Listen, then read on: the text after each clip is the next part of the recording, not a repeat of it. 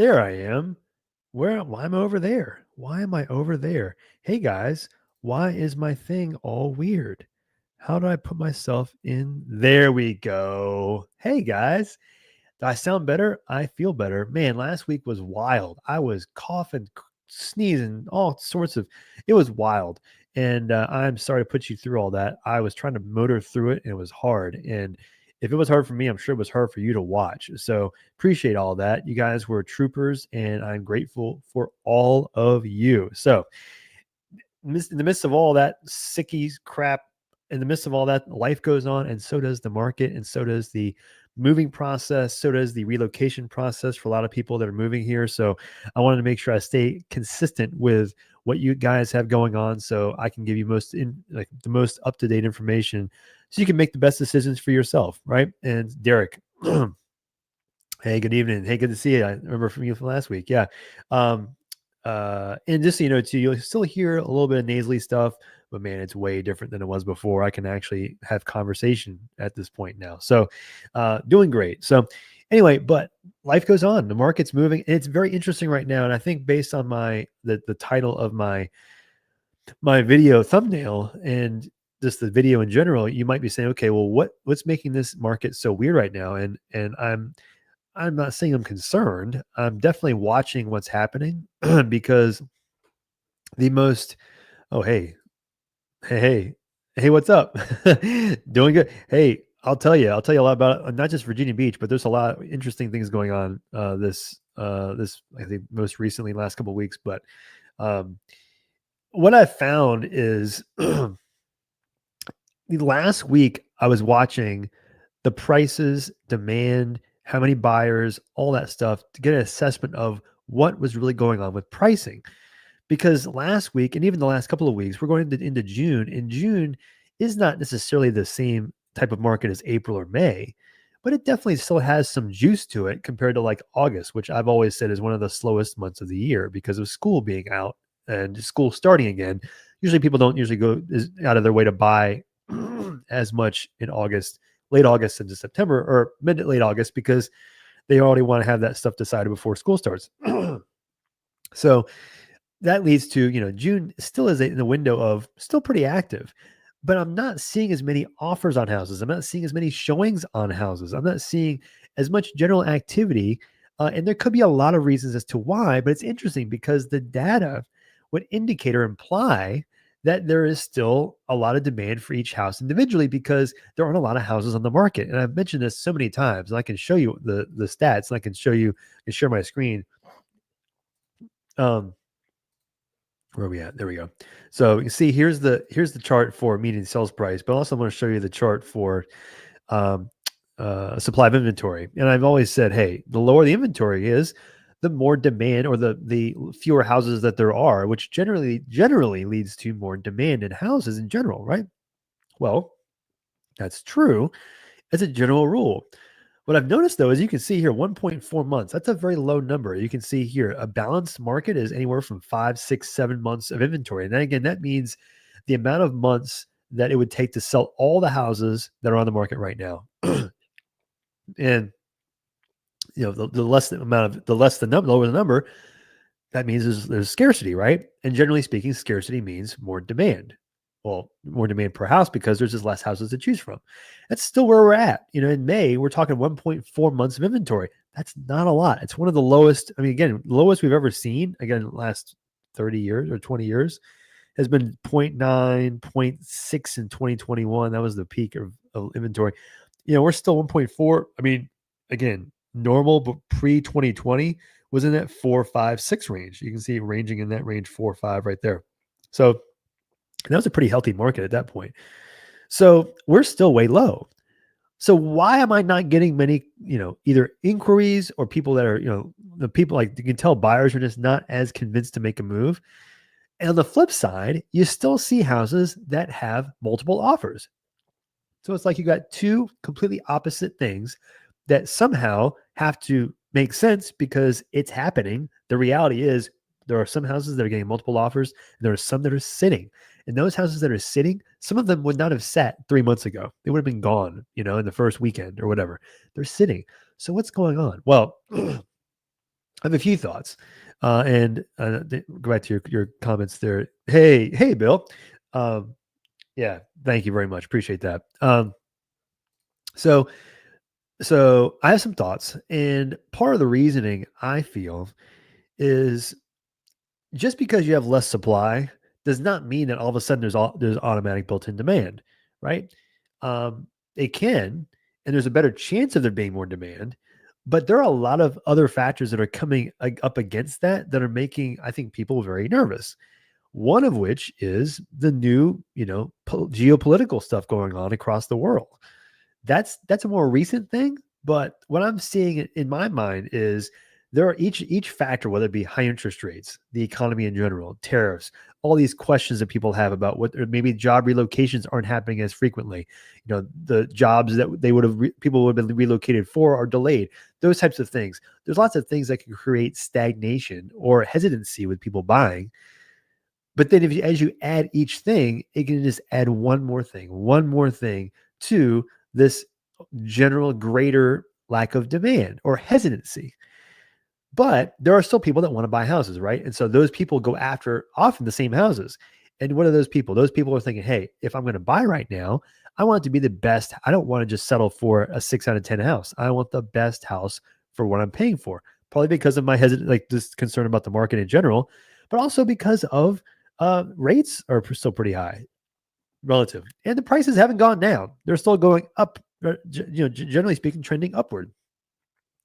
So it's like, so some people are like, I don't know if I want to do this, but the best ones still go. And I'm saying some houses will still go 10, 30, 50 or more thousand over asking price. Again, it's percentage stuff. You can look at different price ranges and you'll still see that, but it still happens a lot. Again, I'm talking about maybe 10% of the time, 15% of the time, not 30 or 40 or 50% of the time. So you're seeing that amount of demand still drift downward, but that number 1.4 still tells you that there's still a lack of inventory.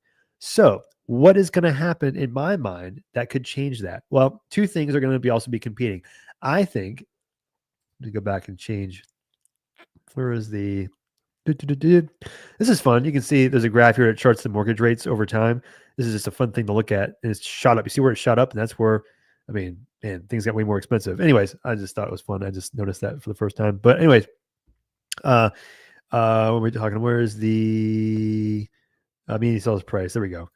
So you can still see prices increase, right? And that's still trending upward. So what's happening? And why is it going to keep doing like that? Well, again, the scarcity factors into that. But what I think is going to happen is the interest. Let me go back to interest rates for a second. Actually, there is a good chance. I've talked to some my mortgage guy even recently about this, even yesterday and today, and I've talked to him about rates. And I think this number, these rates could start dropping some, and we're at that point to where there could be some chart stuff. There's a lot of things that could factor into this, but there might be some dropping rates. If that is to happen, my thinking is that as it's almost like a straw broke the camel's back, but in reverse. The straw broke the camel's back from the standpoint of people decide they don't want to. Can you see me? There I am. Yeah. People decide they don't want to buy because there's too many things they're unsure of. But flip that around. Eventually, all it takes is a couple of tipping points to make people change their mind. And again, because the inventory is so low, that demand thing could flip. It could be in a matter of a day or a few days or a few weeks. That could happen even with just the changes of interest rates because of the supply. As you decrease the rates, you'll have more people that will want to buy, that can buy all that. So I think that could factor in. Now, on the flip side, we're going into a time of year, the August, September, October, that's generally speaking not as active as March, April, May, June. It's not a ghost town, it's not a ghost town per se, but it definitely has a little bit of a lag, especially August. Again, I keep saying August is, I think, the slowest month of the year other than the Christmas and the New Year's. September, October, November can be pretty busy, but it's not like what you consider compared to March, April, May, And so a lot of times also the type of house changes and what you can buy in March or September, October, November, because people that sell in that time frame often aren't as focused on schools. That's why they don't really mind as much as to when. Some of that's not the case, military and all other stuff. But point is that if you choose, often ideally don't want to choose during the summertime or during the school season is what I meant to say. So we're going into a time that will be potentially lower demand seasonally, but as interest rates might drop, that might lead to a good buying opportunity before the feeling of that lag of the market changes to, oh, I should buy now. If you're the first in that first wave, you can get a really good deal on a house. And I think there are some good deals out on the market right now that, again, they wouldn't have existed a month ago. And I've always been the believer of, let me just take myself up. Let me, just keep watching that chart. I'm always a believer of, in this area has always had a lot of scarcity, uh, appreciation, protection, if you will, because there aren't a lot of places to build. And so if you do want to buy here, if you do plan to move here, Virginia Beach, Chesapeake, Norfolk, Portsmouth, Suffolk is probably the most active with building because it's the most opportunity. But other than that, there are places that build, especially even Chesapeake. But if you look at Suffolk, Chesapeake, Suffolk might have 12, 15 neighborhoods, maybe. Chesapeake might have 10. Virginia Beach might have like 3 or 4 in that meat price range. But you're not going to find too much under 6 or 7, So point being is that there aren't many houses being built, which is going to keep that supply, that supply number low for longer than you might expect. So I would be very careful to look at articles on the national scope, because of the best stories to read. We'll talk about Austin. They'll talk about Phoenix. They'll talk about Fort Lauderdale, or we'll fill in the blank, Miami. They'll talk about those southern cities that have boomed but have since scaled back, probably because of new construction that's come up, especially like in the Atlantas, the big cities. Well, we don't have that luxury of building houses, and that's kept the supply low, and that will most likely keep the supply low. So if you plan to move in the next few months, I'm not saying just take your time. You can, but I've helped someone right now, even getting a pretty good deal on a house that had been sitting. They took our deal, and it was a pretty good deal, and that deal might not exist in a month. So be wary. I'm not saying just go after a house, whatever, but I'd say be wary, be watchful of potential deals that come up between now and July, mid to late July. And even into August, because again, like I said, August, if someone's not able to sell their house going into August, you can get a better deal, I think, in August. So that's my general take on what's happening now. But it's a weird time, and especially this most recent week confirmed that to me, starting last week, and I'm still watching it as we go into the next several days, even into the end of June, to see how much that changes. So yeah, if you have any questions, obviously, first of all, let me know where you're watching from. Always interested to know that. But also, if you have any questions, feel free to drop them in the comments section as well. So, hi, Sam, local VB here. Hey, cool. Awesome. Love your stuff. Thank you very much. Any positive news for a younger first-time home buyer? I'm 27, and it feels like every day all I hear is how my generation will never own a house. I hear you. There is positive news. The positive news is, well, here's what I'll say. This is not when I meant to say this, but your comment made a good point to me. And this is something that I think I'm going to start suggesting more now, is as we see the potential for lower, and I'm saying even in the 300 price range, 275, 325, whatever. I'm just filling in the blank, and I'm not assuming that's what you're talking about as far as first time home buyer, but I'm talking more. It could be this strategy could be for any price range, but especially for people that are buying for the first time, trying to get in the market, trying to get that first step in. This can help a lot. Is there are going to be some houses that will sit for a little bit longer than they should, or just sit in general for a little bit longer. They will most likely be willing to take a little bit lower price, right? Well, you could. There's option one, and I have no no screen to show you behind me and do a whole bunch of stuff. So this is just me talking, kind of streaming consciousness. This is kind of me. So if I had a chalkboard, I should probably do that now, even though it squeaks and makes annoying sounds. So if you had a $300,000 house, let's just say that was $2,400 a month payment. Just making this up kind of on the fly, but let's just say $2,400 a month. Well, if that house gets listed at $300,000, and let's just say it goes to $290,000, or you can get an offer accepted at $285,000. Let's just say $290,000 and make it easy. $290,000. Well, you could either get that house at 290, which what does that mean? It means that your payment might drop another $70, $75, maybe 23, 25. Or you can take that extra money, that $10,000 that they dropped off the price, and use it towards buying down your rate. And then that's when talking to your lender to find out how much it would cost to buy your rate down. It costs progressively more to get it even lower. But let's say your rate is 6.75, you can buy it down a half of a point. That might save you $300 a month. Talk to your lender. I'm spitballing here about price range, rate, all that stuff. So there are some things I don't want to make any broad scale assumptions here, but you can understand what I'm saying. The savings you can make per month from getting it to pay down your rate as opposed to getting it to reduce the mortgage, which I understand that will also save you over time, but so does a lower interest rate save you over time. I would argue that it would probably save you more to have a little bit higher payment or a little bit higher mortgage sales price, but at less interest over the course of time, especially if you're going to keep the house for a long time. So if it were me, I would do that. And that's something I would say is definitely a positive. Excuse me. It's definitely a positive because that's if you can save $250 a month, that's almost the equivalent of like $25,000, $35,000 worth of mortgage, 30, something like, yeah, So it's like getting a $300,000 house for $265.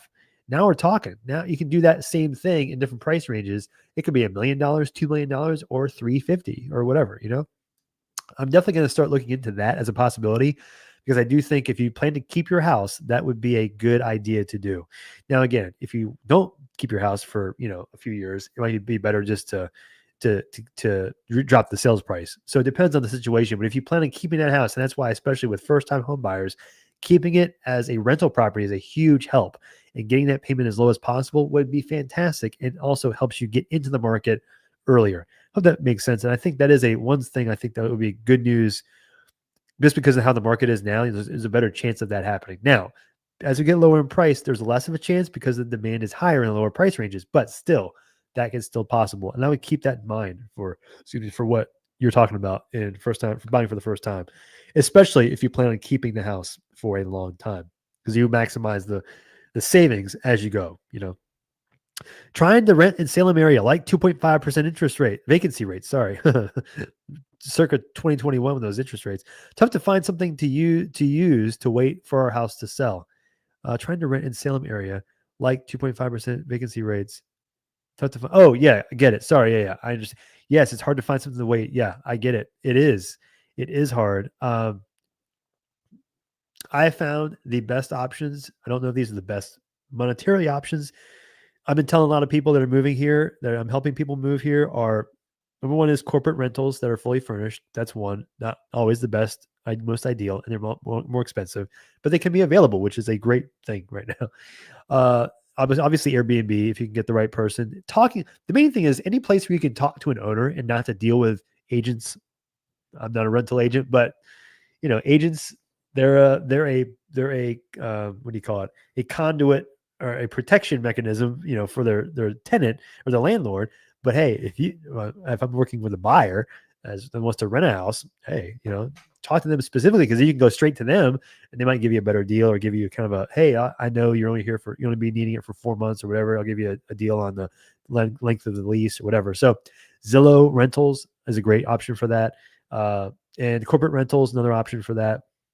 I had another one I thought was good. I can't remember the one what it was called, but there are a few. Well, as we get into August, September, seasonal rentals are great near the beach too, because as you get into past Labor Day, and now we're talking about further out into past Labor Day, not as helpful now. But if something were to change, you need something at that point, you can get a cheaper seasonal rental closer to the beach. So you can have like, hey, enjoy your kind of quasi fake vacation right near the beach. Now it's going to be colder, but we're not in a really cold area, generally speaking, all the time. So you might get a window where it might be 60, in November. Anyways, my point is that is another option as well. So definitely, otherwise you can try and jump on something that is being listed, but it's harder because, again, they'll just take applications. They'll try and respond to people as they come in. It's just the whole thing. It's harder to get in front of the line if you're going out of state trying to get a place through the MLS, if you will. So anyway, yeah, hope it works out. Salem is great, by the way. Salem Woods is one of my favorite neighborhoods in Virginia Beach. It's just for the price, 550, 575, 600. It's great. Is that where you're looking? You're looking in Salem because of the school district? And is that where you're buying? I guess I'm assuming that's probably you're doing the sell and then buy in Salem, because Salem's great. There are some spots that are, yeah, they're fine, but I like, generally speaking, there are neighborhoods in there that I'm a pretty big fan of. Um, and yeah, so if any questions, let me know. I'm having a hard time with this hat. Sorry. Let's see. Watching for Arkansas. Oh, cool. Where in Arkansas? I have a friend that used to live in Jonesboro. For the record. Good evening from Lakeland. Hey, Kevin. Good to see you. Yeah, Lakeland. I'd never been to Lakeland, but I heard the real estate was fun for a while there. I think it's dropped some. Tell me if I'm wrong. I guess once the Airbnb thing kind of fell off, but thanks for the corporate rental idea. Yeah, need to stay in Salem for school. Makes sense. Looking at 400. Yep. I guess Rosemont Forest would be a great neighborhood to look into if you haven't already known that. You probably already do. But yeah, Rosemont Forest is a great neighborhood over there. Glenwood is above that, but Windermere, there's some neighborhoods in that area. And again, you didn't ask me for this. My mind just immediately goes to to neighborhoods. But Windermere might be a good one because it's like probably right at 400. But that's right next to a neighborhood called Bentley Park, which is more of a 650-ish neighborhood. It's very nice, and it connects to that. And so some parks in there and soccer fields over there. So yeah, anyway, but very cool. Again, guys, if you have any questions, let me know, and I can answer them for you. Now, it's one thing I want to also mention to you that I saw that I find very interesting in the pricing and all that I do. It does make me wonder, and I think this is a funny what do you call it? A trend that I don't have any specific say, hey, this is why this is happening, but you'll see what I'm talking about. You'll be like, oh, this is interesting. Look at this, guys. So this is a graph showing the estimated mortgage payments, estimated principal and interest. And this is during, as interest rates went up, you can start seeing this is the pricing over here, 1,500, 2,100, 2,400, 27, 3,000. If you notice, look between 2023, late 2023, and now, we've bumped up right around $3,000 4 times. And it hasn't gone over that. So what does that mean? I don't know yet, but it makes you think, well, there's almost like a subconscious demand line. This is median mortgage payments, right? So obviously they're more higher and lower, but this is still median. So it makes me wonder, okay, what's going to happen next? As rates drop, does that mean that people will be able to find more house to get that same kind of payment? Yeah.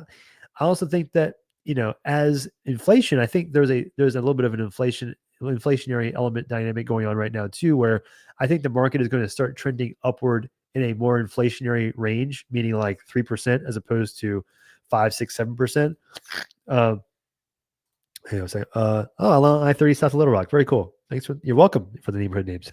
But yeah, I do think that there's going to be some, what was I saying about the mortgage interest rates? What was I saying? Yeah, I think that as inflation starts to just trend upward, but just on a slower kind of, very, I'm looking at the charts. It's like 2.5%, 3% inflation.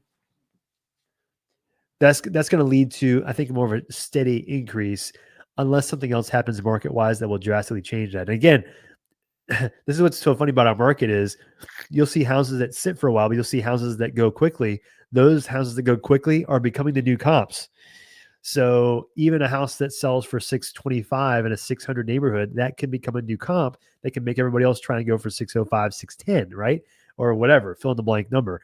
So, and if they can get that, it will slowly just still increase, even though the market doesn't necessarily hasn't behaved like it did 3 years ago. And that's one thing I think that is interesting and worth noting too, is that we've been so used to the market being chaotic, 7 offers, 35 over asking price or whatever, at least I have, that an active market doesn't have to be a market where houses sell in a day or 3 days. Right now, median days on market, I think, is 8 days in Virginia Beach, which goes up in Chesapeake. Even Western Branch, I know, is like 18 days. Well, that means that for every house that has been on the market for 10 days, there's one that's been on the market for 26 days. And that's still that's pretty healthy. That's a pretty, I mean, we don't have many houses available. So my point, I guess, is to say that it can be a lot slower than this. It just feels slower, partly just because we've had such a chaotic few years. And I think as of, towards 2025 now, we've got enough uncertainty to kind of have people put on the brakes some. But that mortgage payment thing is very interesting. And so I've always found that, a lot of the market kind of goes back to what's the base level thing. It is, what are people's pocketbooks choosing, or what do they choose to spend their money on? And sometimes there's a mental block over like $2,500, $23,000. That's why I tell people when they make offers, I say, look, there are thresholds where people that don't want to go over certain numbers. And if you can mentally get over that number, you can beat someone else's offer, right? So it's a lot of these things are mental. It's like this game that people play, or that human beings play, because they don't want to go over X thing. Oh, I want to go over my budget, which I get that. And I'm not saying do that, but that is kind of there's like a game theory element going on right now. So in general, and that's going to happen in any uh, market period. So yeah, if you have any questions about areas too, I do want to mention separately, I'm a big fan of Chesapeake, especially Western Branch, because of the value you can get in Western Branch. I am seeing in Western Branch, the market has definitely slowed down also, more than Virginia Beach. But my point is to say that one of the reasons for the value is because there aren't as many people looking there, but there's some great spots, some great neighborhoods. If you keep your house for a longer time, that can help in a place like Western Branch, because you can get great value there. But now there's scenarios where trying to sell in a place like Western Branch, in a place like even a Hampton, Newport News, places where there aren't as many people looking, this is the time where you'll start noticing that the days on market increase. Doesn't mean that it's a bad area or whatever. I can't say that anyway, but it doesn't mean that it wasn't a great house. It just means that that's just kind of the dynamics of the neighborhoods in those cities and those parts of town. Because again, you can have a great neighborhood, but if no one's living there because it's just not in the area where most of the jobs are, that's why it's cheaper. That's why it's hard to find a person to buy. And that's happening now in different parts of each city. And it can even be Virginia Beach in some cases as well. But that's why I'm always a big fan of, if you plan to move here, focus on school districts if you can. Focus on more than anything. I mean, condition of house is great too, but floor plan is a big deal. If you can buy a house that's a great price and say, oh my gosh, I can get this really cheap, make sure it's not something that's so weird and hard to live in that no one else wants to live in it when you try and sell it, right? So location matters, but floor plan matters. I think people forget about that, is floor plan matters. And Virginia Beach, Chesapeake have a lot of houses built in the 80s, 90s, and 2000s and newer that are very contemporary floor plans that are great. And so if you do plan to move here, try and look for houses that have really functional floor plans. That if you can put your mind into the space of someone else that's also trying to move here, you say, hey, this is a very livable floor plan. Good chance you're not the only person to think that. But also on the flip side, if there are specific things that you think are, I love a two, I don't know. I love small closets. I'm not, obviously people don't like small closets, but something that's like if you got a whole house full of hallways, I use that as an example a lot. People aren't going to want to buy a house full of hallways, even though it's 3,000 square feet, right? So floor plan makes a big difference, even though it's like square footage matters, but square footage is not the whole thing, because the livability of the house is almost all of it as well. I mean, it's a big piece of it. Anyway, so that's something I want to mention if you do plan to move here. Chesapeake and Virginia Beach especially have the most contemporary floor plans. Norfolk, that's the one where it's very hard. You can get some great houses in Norfolk. I love Norfolk, but the styles are also very old. And because of that, you have a lot of weird ones. And so they're not all the same. And some people that, they might not want to, you've got some weird, again, closets. You got some kitchen shapes for a good example. Things that you're like, oh, that's cute. That's nice. Well, when you go to sell it, someone else might not think that, that kind of stuff. So I'd say just be watchful of that when it's time to move here. And especially when it comes to Chesapeake and Virginia Beach, look for the livability of the floor plan, and that will help you when it's time to sell the house again. So, hey, look at Gloucester, Windsor areas. Okay, wow, way out there. Gloucester, Windsor, that's two distinctly different parts of town. And Providence Forge. Wow. Yeah, we're going up there. There's a golf course that I wanted to play, and also one in New Kent. It's amazing. Royal New Kent, Norris, Tawano. Yeah. Yeah. I mean, I get it. If you do golf again, I'm not a big golfer. I love golf. I'm not a very good golfer. Let's put it that way. There's a great golf course up there called Royal New Kent, which is up past Providence Forge, in that general area in New Kent, which is a fantastic one. But in that whole, I love Providence Forge, Norris, Tawano. The drawbacks there is it's quiet, right? But you can get there's some building happening there. If you do want a newer construction house, there are some neighborhoods that are happening up there. Varieties of different builders as well. So just, do your research on builders. That's a big deal for me, is doing research on builders. There's some good ones. There are some that you might get some negative reactions from people. But point is that it's a mixed bag. I think that's a mixed bag anywhere in the country, but I've noticed that here as well. So any more questions? Anything else that I can answer for you? Or other relaxing activity is Colonial Downs. Bet on the horses. I've always wanted to go to Colonial Downs. I've never been before. There's a racetrack. Langley Motor Speedway is the other one I've always wanted to go to. Never went before, and I've always wanted to go. I might try that in the summer at some point. But up near Langley Air Force Base. But some cool stuff, and like Hampton's got some stuff going on. Newport News has some stuff going on. Anything through Williamsburg, it's a smaller town there, but I love Williamsburg a lot. If you have questions, let me know about. I love Williamsburg, and especially like near Jamestown. You got Yorktown Beach. There's a lot of things happening around there. I really enjoy that part of town. Yorktown, if you want school districts, definitely York County has, you've got Grafton, you got Tab. That's over in the South York County part of town, as opposed to the North York County. North York County still has, you got Jamestown, you've got Lafayette. That's a pretty popular one, but again, people often go straight to Tab and Grafton and York if they want something. They go after schools in that part of town, York area. I grew up. Wait. Oh, Langley. Okay, yeah. Great evening. Okay, bring your protection. Okay, that's cool. Yeah, I got it. I went to one race in Richmond like 30 years ago. I can't believe I can say that now, but 30 years ago, and I loved it. But anyway, any more questions? Anything else you have? If you plan to move here, this is the time to plan for the middle of the end of summertime. I'm helping people now, literally giving them routes to drive, things to specifically see, a specific plan, like an overarching plan for when you get here. If you're doing some research for coming here, I have a very specific, based on what you're looking for, I want to be able to cater to what you're doing and what you're looking for in areas. So I want to be able to do that for you. Let me know, and I can kind of tailor a plan for you for when you get here, for the time you're going to be visiting. If you're going to be doing some kind of reconnaissance trip, which I would greatly hope. I would hope that you can do that. I've had some people that come here and literally they call me and they say, "Hey, we're on our way to Virginia Beach, or we're going away to Newport News, and we just sold our house." I'm like, first time I've talked to them, and they're ready to go, and I'm like, "Have you been here before?" Nope. Oh man. And it's not that it's just, you can only say so, you can only project so much through a screen, right? It's being here is so helpful to feel what it feels like to be here. And I try my best in my videos for you to feel that through me, because I grew up here, right? But you can only do so much. So I always encourage people to come here and make a visit, whether it be for a day or 5 days or a week or whatever, as much as it takes, because it's a big area and it's easy to get lost in the mix of what's here.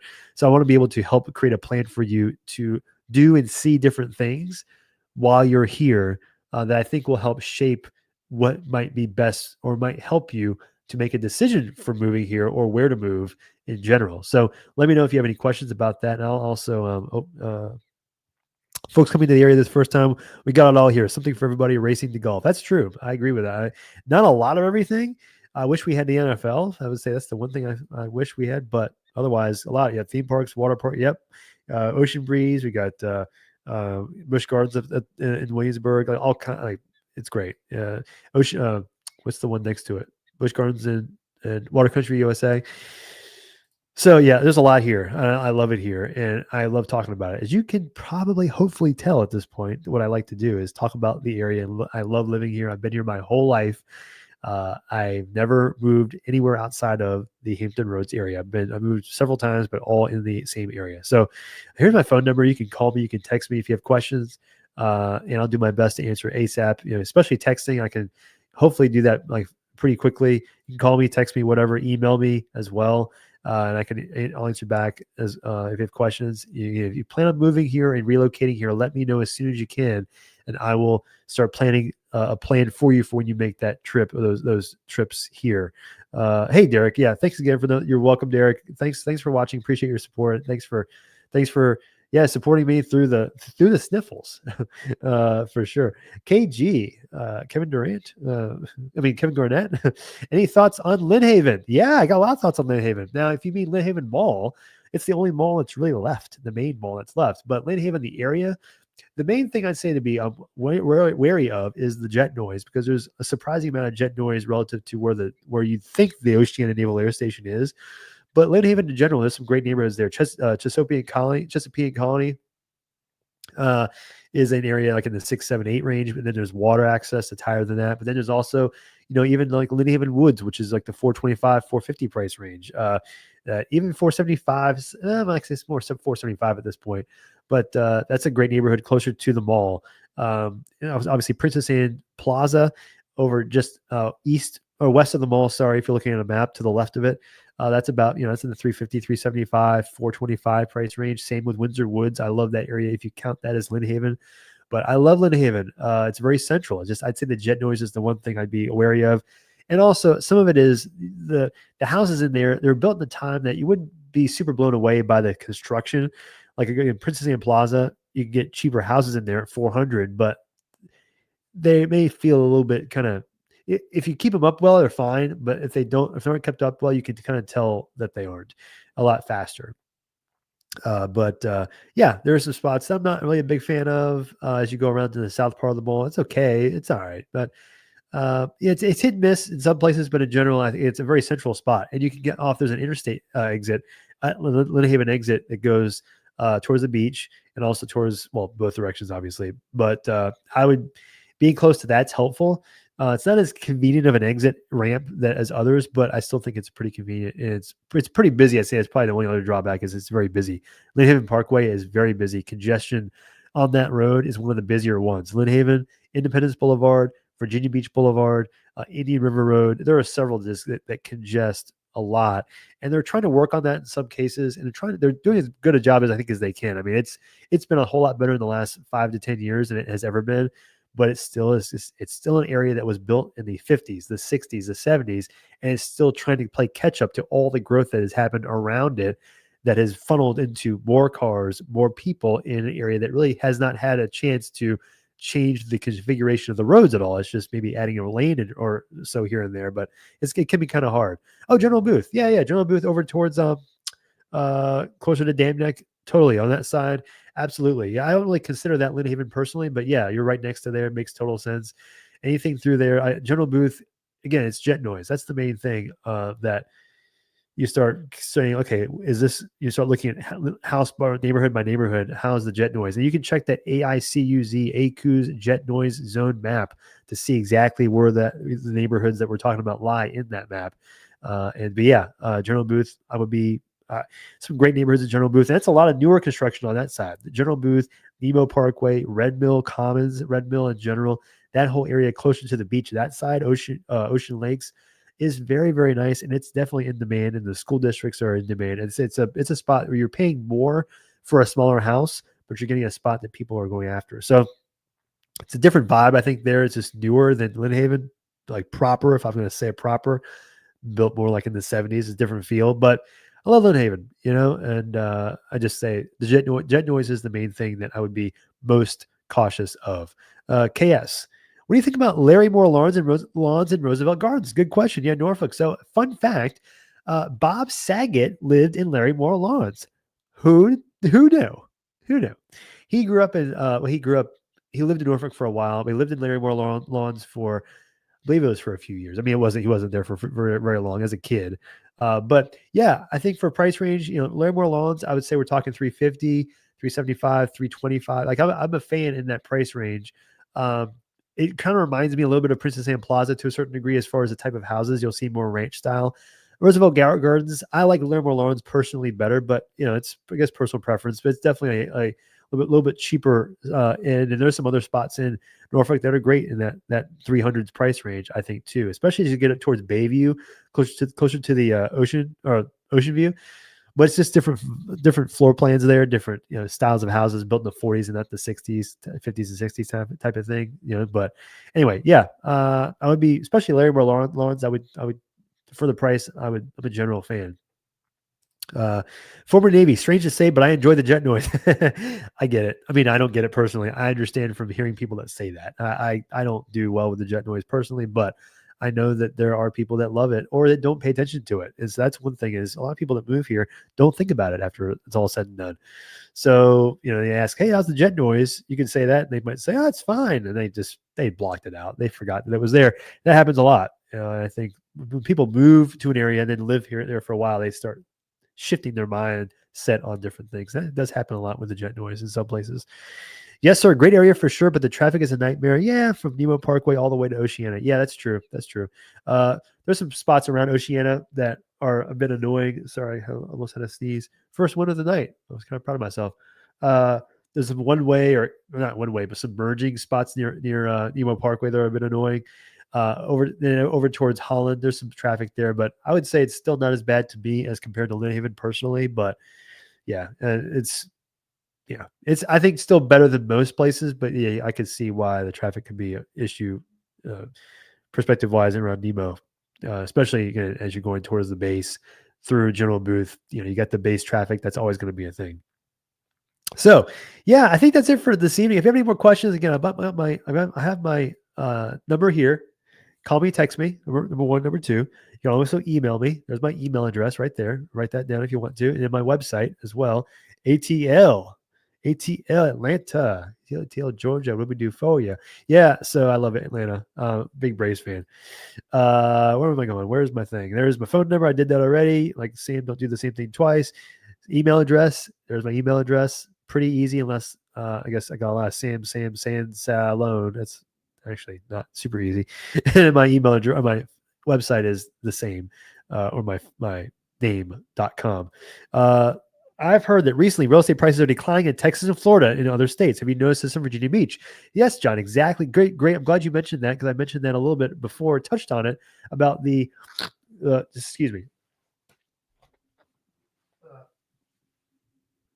I touched on that earlier about the idea of Phoenix as being a one, Texas, Austin, Florida being some spots that have dropped. And that's because of, I think, supply has gone up. Demand also, shot up. The prices went way up. Then as supply went way up too with building, then that means that prices start dropping, because you got demand goes down, but also the supply increases. So supply demand curve affects the pricing. Here, there aren't as many houses to build. There aren't many construction happen. There's not much construction happening. So it hasn't happened like that here. And it hasn't, the prices here didn't shoot up as much as they did in those places either. So it wasn't as much room to drop anyway. And then you add to that the fact that there's very little new construction happening. And that's because of other things like city restrictions, zoning. Makes a lot of these places that you'd think, oh, there's a bunch of land here, they should just build more houses. Not so easy.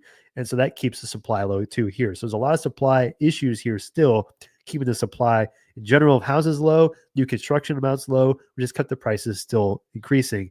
And I talked about that to a certain degree as far as the what do you call it? The dichotomy of interesting hesitancy going on, but also low supply. So if anything changes with the hesitancy, I could see some movement, a lot of movement happening, especially if rates drop. So we'll see how that goes. But yeah, to answer your question, John, yes, not as much here. Makes sense. Yeah, thanks for the question, John.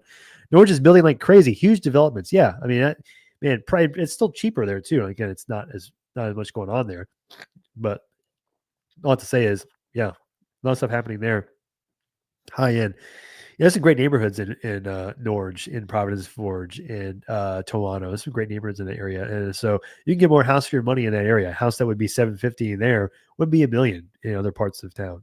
So Anyway, yeah, that's it for this evening, I think. Again, throw a comment, throw the questions. I love them. Tell me where you're coming from, where you're moving from. If you have any questions, if you want to relocate and want me to help you move here, let me know. And you can call me, email, text me, and we can make a plan for you moving to the area.